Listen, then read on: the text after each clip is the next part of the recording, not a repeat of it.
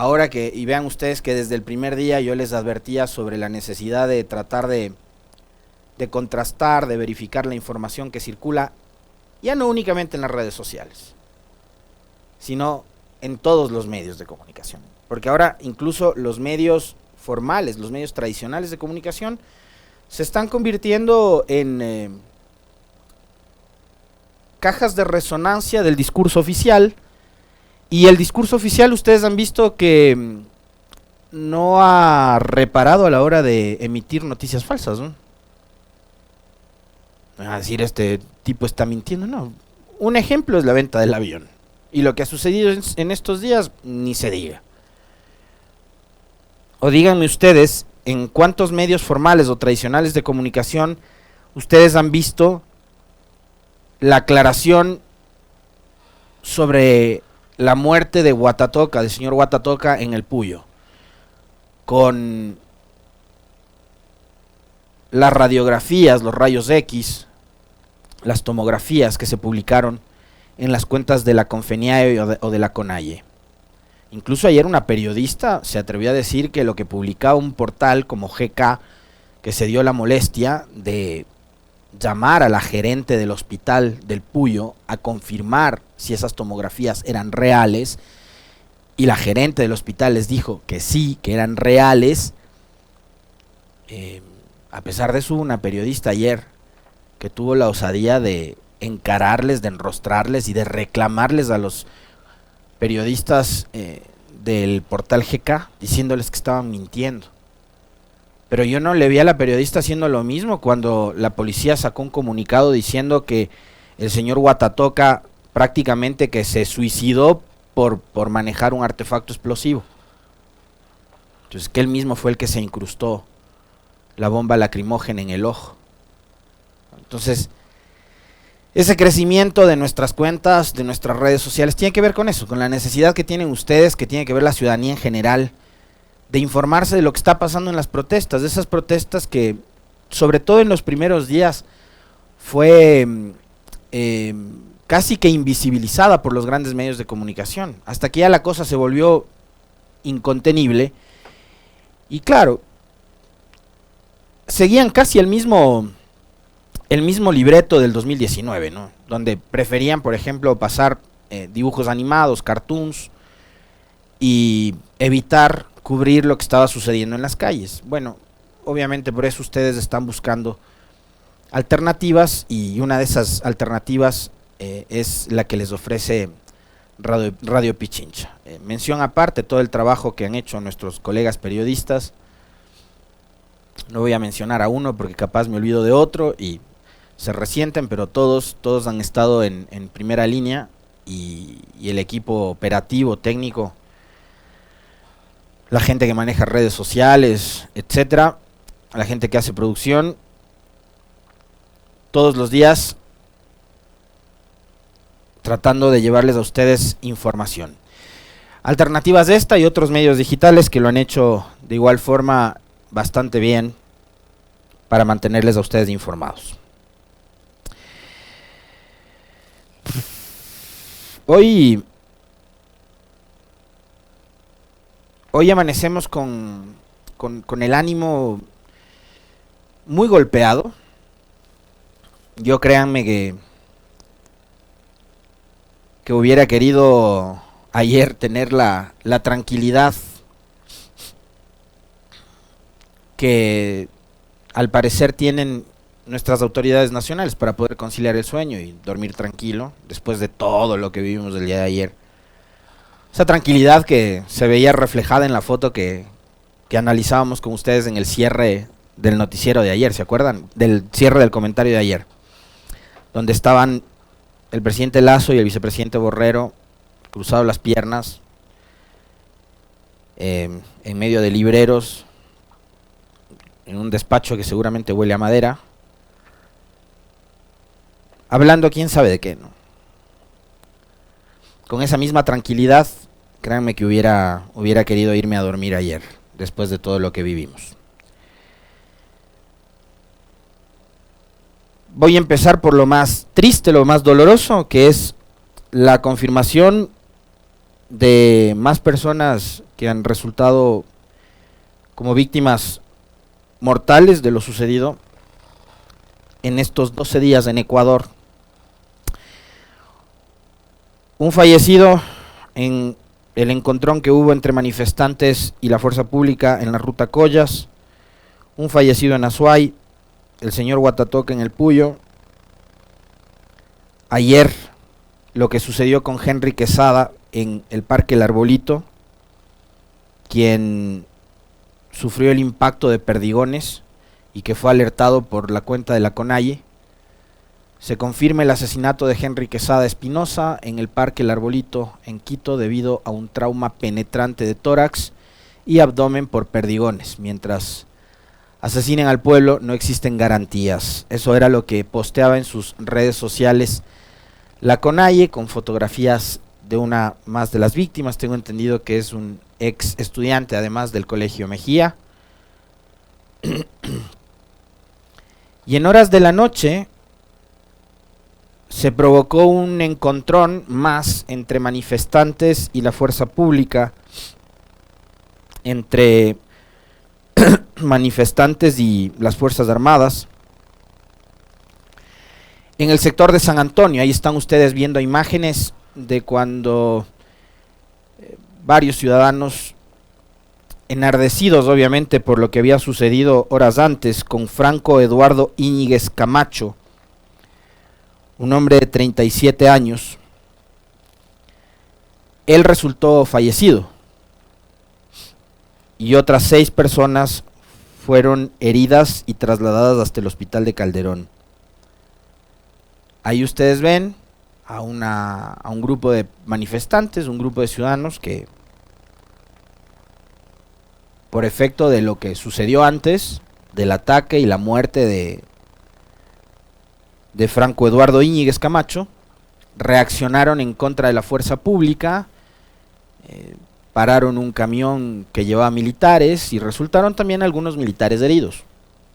Tampoco es que vamos a negar ese hecho. También hubo personal militar que resultó herido después de este enfrentamiento, obvio. Tenían que haber civiles y tenían que haber militares o fuerza pública afectada por estos encontrones, ¿no? A esto hemos tenido que llegar. A esto hemos llegado después de 12 días en que el Ecuador le ha exigido al gobierno y le ha exigido también a la CONAIE desde diferentes sectores, los hemos mencionado acá: empresa privada, universidades, autoridades locales, gobiernos locales, la misma prefectura de Pichincha, el Consejo Provincial se reunió hace un par de días, se emitió una resolución convocando a las partes a que se sienten a dialogar, organizaciones no gubernamentales, muchas de ellas han sido cuestionadas por la CONAIE también, la Iglesia Católica, pidiéndole al gobierno, pidiéndole también a la dirigencia de la CONAIE que por favor se sienten a conversar. Y créanme que en estas últimas horas, probablemente en estos últimos días, cuando ya rebasamos, me parece cuando rebasamos el 8º, 9º día, no podía dejar de pensar entre lo que estamos viviendo actualmente, lo que está pasando ahora y lo que pasó en 2019. Porque estamos viendo prácticamente el mismo nivel de tosudez y probablemente de quemeimportismo. Ese quemeimportismo que yo quería que ustedes lo analicen conmigo con la dichosa foto esta que vimos ayer. Porque refleja el quemeimportismo de las autoridades nacionales. Porque parecería que desde lo que ocurrió con Moreno, con María Paula Romo, con Osvaldo Jarrín, en 2019, viene ya a convertirse en una suerte como de costumbre. Que no nos importa que la fuerza pública se enfrente con el pueblo indígena o con los manifestantes que ahora también están acompañando al movimiento indígena y no nos conduele 5 muertes en el caso de ahora, 11 en el caso del 2019. Yo creo que a la primera muerte, tanto hace 3 años como ahora, a la primera muerte, el primer deceso tenía que habernos ya a los ecuatorianos convertido en espectadores de un evento nacional en donde gobierno y manifestantes, gobierno y organización indígena se sienten a conversar. Al primer muerto. Es más, esa primera muerte tenía que haber sido evitada. Pero otra vez estamos viendo el mismo escenario, o sea, autoridades que se cruzan de brazos y que quieren morirse con la suya, quieren salirse con la suya, como fue la frase que utilizó Moreno meses después de lo de octubre. Un tipo que además nunca le dio la cara al país con respecto de lo que sucedió en octubre, que nunca le va a dar la cara al país, y estoy seguro que el hombre no va a volver a pisar el suelo ecuatoriano, igual que María Paula Romo, que van a tener que en algún momento rendirle cuentas a la historia, y van a tener que rendirle cuentas a la justicia y a las familias que ellos enlutaron en este país. Y lo mismo debería suceder hoy. Lo mismo debería suceder hoy. Ayer, como un tonto, porque no puedo usar otra palabra, como un tonto caí cuando leía en las redes sociales y veía a través de los medios de comunicación que el gobierno, en un gesto de buena voluntad, cedía los espacios del Arbolito y de la Casa de la Cultura para que la CONAIE pueda llevar adelante su asamblea, puedan discutir, puedan debatir. Y esa me parecía a mí, yo lo puse así en un tuit. No me arrepiento además de haberlo puesto porque en ese momento, créanme, yo quería y yo mismo me convencía de que podía haber una salida a este conflicto. Porque era haber cedido a una de las condiciones que planteaba la CONAIE, Leonidas Issa, su presidente, para poder sentarse a dialogar. Desmilitaricen el Arbolito y la Casa de la Cultura, que tradicionalmente han sido lugares y espacios a los que han llegado el movimiento indígena en Quito para poder llevar adelante su asamblea. Tenemos el video de Francisco Jiménez, del ministro de Gobierno. Si es así, por favor, escuchemos qué era lo que decía en horas de la mañana el ministro de Gobierno, Francisco Jiménez, dándole una señal al Ecuador de que podía haber una resolución al conflicto, y bobos como yo caímos. El Ecuador quiere paz. El Ecuador necesita una salida inmediata a este conflicto. Para que no haya violencia ni tampoco excusas, el día de hoy vamos a permitir que las organizaciones sociales lideradas por la CONAIE se convoquen y reúnan en el Ágora de la Casa de la Cultura, de manera que puedan llevar a cabo su asamblea con orden y bajo su responsabilidad. Este mensaje del Gobierno Nacional, en aras del diálogo y de la paz, tiene como único propósito que cesen los cierres de vías, las manifestaciones violentas y los ataques en distintos lugares de nuestro país, y exige como respuesta la libre movilidad de personas y de bienes, especialmente alimentos y medicinas, y que la protesta social se realice dentro del marco de la ley. Miles de ecuatorianos en distintos lugares de nuestra patria se están expresando voluntariamente en defensa de la paz y el trabajo. A ustedes, sepan que el gobierno los ha escuchado y está dando todos los pasos para que sus voces y sus manifestaciones se concreten en soluciones efectivas y definitivas. Invitamos una vez más a iniciar de manera inmediata el diálogo que nos lleve a dar respuesta sin dilaciones a las aspiraciones de paz y prosperidad que todos los ecuatorianos esperamos. Con ese mensaje y ese llamado a la conciliación, a decirle a la CONAIE, vean que el gobierno está dispuesto a cederles estos espacios para que, además como que fuera un gesto de generosidad, o sea, históricamente esta ciudad ha acogido al pueblo indígena. históricamente, que ahora tengamos unos brotes de racismo, de aporofobia, de clasismo, y con esa gente nos toca convivir, ¿no? Bueno, pero, en fin, dieron lugar a esa concesión en el gobierno. El movimiento indígena, y no sé si podemos ir rodando esas imágenes, finalmente de la Universidad Central y de la Salesiana empezaron una caminata para llegar hasta el Arbolito y la Casa de la Cultura. Quienes lideraban esa caminata para la toma simbólica, pero una toma simbólica porque, digamos, se supone que estaba garantizado la tranquilidad, la paz, la seguridad para que ellos puedan llegar a estos espacios y ocuparlos. Eran mujeres, iban lideradas por Naira Chalán, que va a estar con nosotros hoy, más adelante, en las entrevistas, y vamos a conversar con ella sobre qué fue lo que sucedió. Entonces, llegaron, se juntaron, y obviamente dieron sus discursos, sus manifiestos, insistían al gobierno nacional de que acoja los 10 puntos que habían planteado como organización indígena para que el gobierno pueda estudiarlos, analizarlos y dar una respuesta, más allá de lo que ya ha sido una campaña mediática y publicitaria realmente impresionante. También creo que habrá que exigirle y pedirle cuentas al gobierno nacional a esta hora de cuánta plata se ha gastado en publicidad en los últimos días. Obviamente, en estos días tengo que confesarles, me ha tocado ver noticieros de televisión en contra de mi voluntad.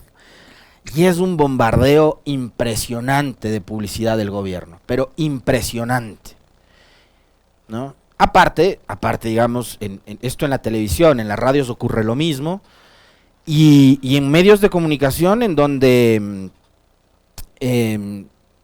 ni siquiera es que necesitan pautar publicidad, sino que los periodistas están ya completamente alineados con las tesis del gobierno.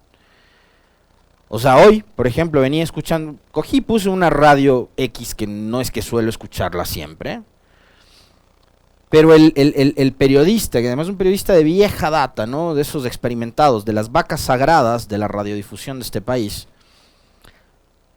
se condolía más por los militares heridos que por el fallecido en San Antonio. Es más, del fallecido ni siquiera dijo nada, no mencionó que hubo un fallecido en San Antonio. Ya, pobrecitos los militares, cómo fueron recibidos por estos salvajes que protestan. Entonces ni siquiera necesitan pautar en el gobierno, porque tienen medios y tienen periodistas que están completamente alineados. Y están en su derecho. Están en todo su derecho. Pero habrá que pedirle cuentas también al gobierno de cuánta plata se están gastando ahora mismo en publicidad. Pero ¿qué pasó después de esto? Se reunieron, hicieron su asamblea en la Casa de la Cultura y se trasladaron a la asamblea. Y sí tenemos las imágenes de lo que pasó en la asamblea después. Yo no tengo explicación alguna. Tengo entendido que la manifestación llegó hasta la asamblea. Había una comitiva que se iba a reunir con Virgilio Saquicela, con el presidente del Parlamento, y de pronto detonaron bombas lacrimógenas. Y de ahí en adelante no paró. Hasta horas de la noche le leía a Carol Noroña, colega periodista. Creo que Carol es periodista de GK, del portal que había sido atacado por Janet Inostroza, que desde la terraza de la Contraloría disparaban bombas lacrimógenas hacia los manifestantes, convirtiendo esos aparatos en verdaderos proyectiles, ¿no? Y ahí están, esas son las imágenes de lo que sucedía en los exteriores de la Asamblea Nacional, en los alrededores del Parque El Arbolito, en los alrededores además de una casa de salud, que es el Hospital Eugenio Espejo, lo mismo que sucedió la noche del día miércoles, en donde la bronca, los manifestantes, los policías fueron a lanzar bombas afuera del Hospital Carlos Andrade Marín. Afuera de una casa de salud ocurrió este desastre. Y esto no paró hasta horas de la noche, ¿no? En que las zonas de los alrededores de la Casa de la Cultura y de la Contraloría se convirtieron en un campo de batalla. La pregunta es,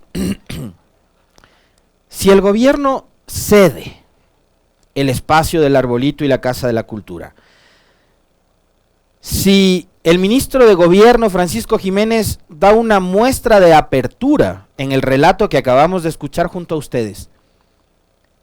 ¿Quién ordenó esta represión? ¿Quién adentro del gobierno es el interesado en boicotear cualquier tipo de diálogo que pueda darse entre el Ejecutivo y la CONAIE?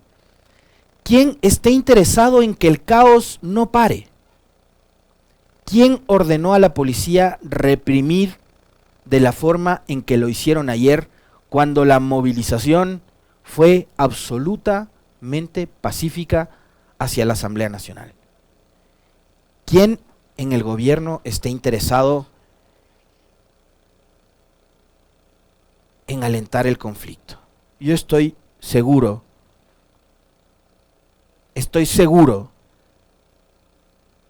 de que hay gente que no quiere dialogar con la CONAIE. Hay gente que no quiere que el conflicto cese. Hay gente que quiere seguir alimentando ese discurso de odio en contra del movimiento indígena, en contra del pueblo indígena de este país. Hay gente que quiere seguir tratándoles ya no únicamente como los indios de mierda, como les han tratado toda la vida. Ahora también quieren tratarles como criminales, como delincuentes. No puedo entender otra cosa. Si está la buena voluntad del ministro de Gobierno, si ceden los espacios y lo que hacen es tenderles una trampa, lo único que puedo entender es que hay gente dentro del gobierno que quiere boicotear cualquier posibilidad de diálogo. ¿Quién se impone por encima del ministro de Gobierno? ¿Quién se impone por encima de esos mensajes grandilocuentes que envía el presidente Lasso, llenos de elocuencia, convocando al diálogo? ¿Quién está provocando el caos dentro del gobierno y por fuera del gobierno también?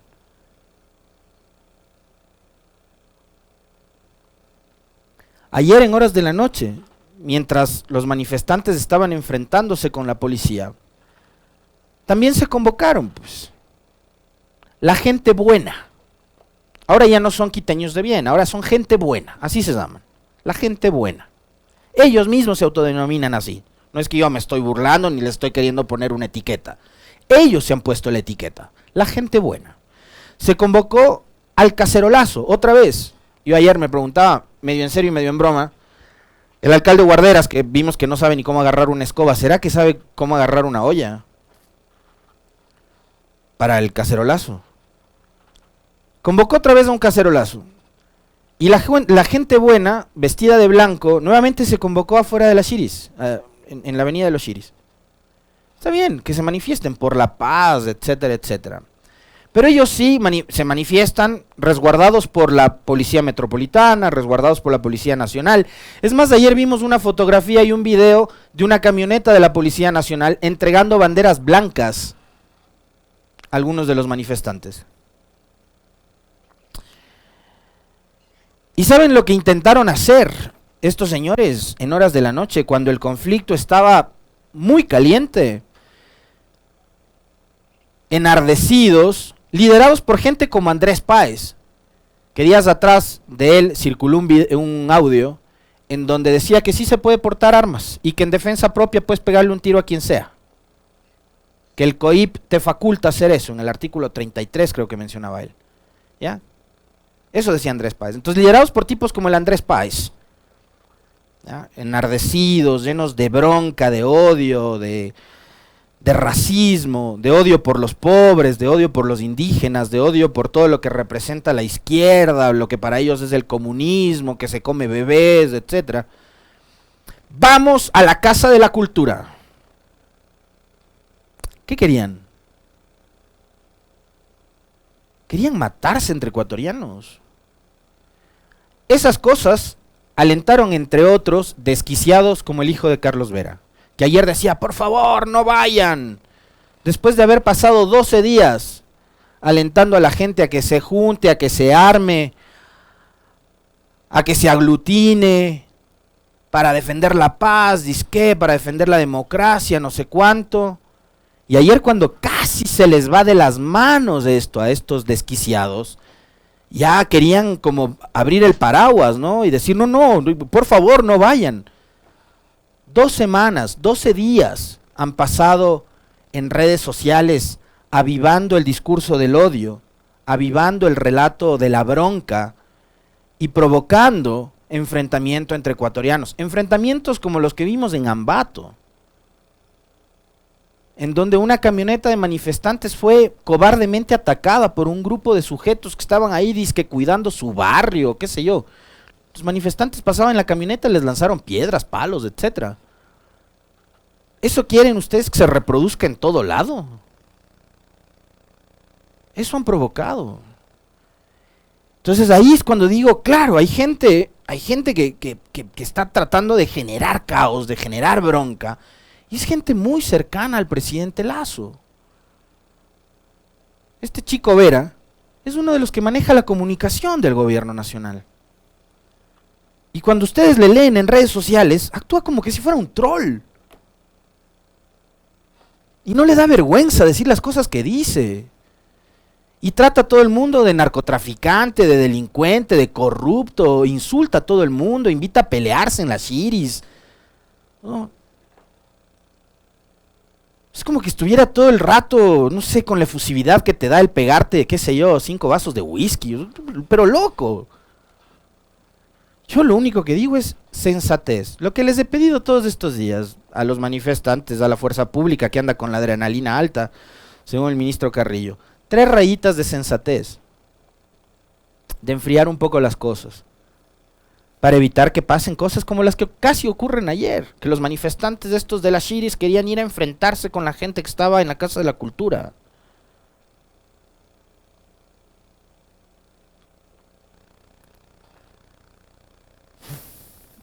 Liderados por Andrés Páez.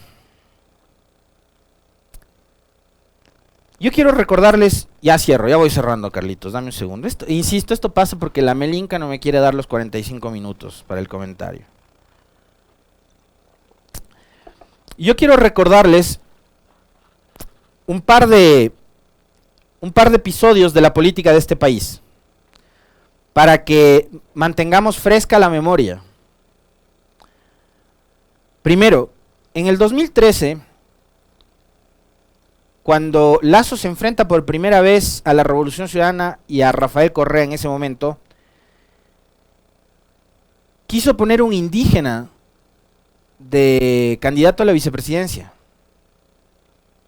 Creo que esto vale la pena recordar. Quiso poner a Auqui Tituaña como candidato a la vicepresidencia de la República. Algún impedimento legal hubo de que Tituaña era afiliado entonces todavía al Pachacuti y no podía por eso correr por el movimiento Creo, y de ahí vino Juan Carlos Solines como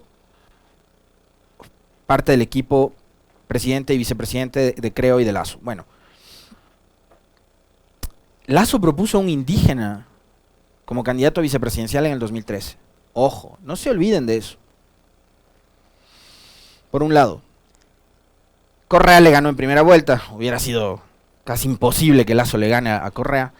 En el 2017, Lasso propuso a Andrés Páez, al que está hoy liderando estas concentraciones disque por la paz y provocando enfrentamientos entre la gente y que está llamando a armarse para actuar en defensa propia. Propuso a Andrés Páez como vicepresidente en el 2017. Yo solo les pido que no se olviden de esos episodios de la historia, que vale la pena siempre recordarlos, para que se den cuenta de que lo que está pasando hoy no es coincidencia. Es el tercer gobierno de la democracia cristiana, y es el tercer gobierno de la democracia cristiana que fue elegido democráticamente. Bueno, en el caso de Hurtado como vicepresidente Roldós después se quedó, pero fue elegido democráticamente. Después vino Maguad y ahora Lasso. Es el tercer gobierno de la democracia cristiana elegido democráticamente que nos lleva a un escenario de caos. Por eso yo les decía el otro día que tenemos que hacernos como ciudadanos responsables del voto. Porque parece que los ecuatorianos somos expertos a la hora de dispararnos en el pie. responsabilidad de nosotros.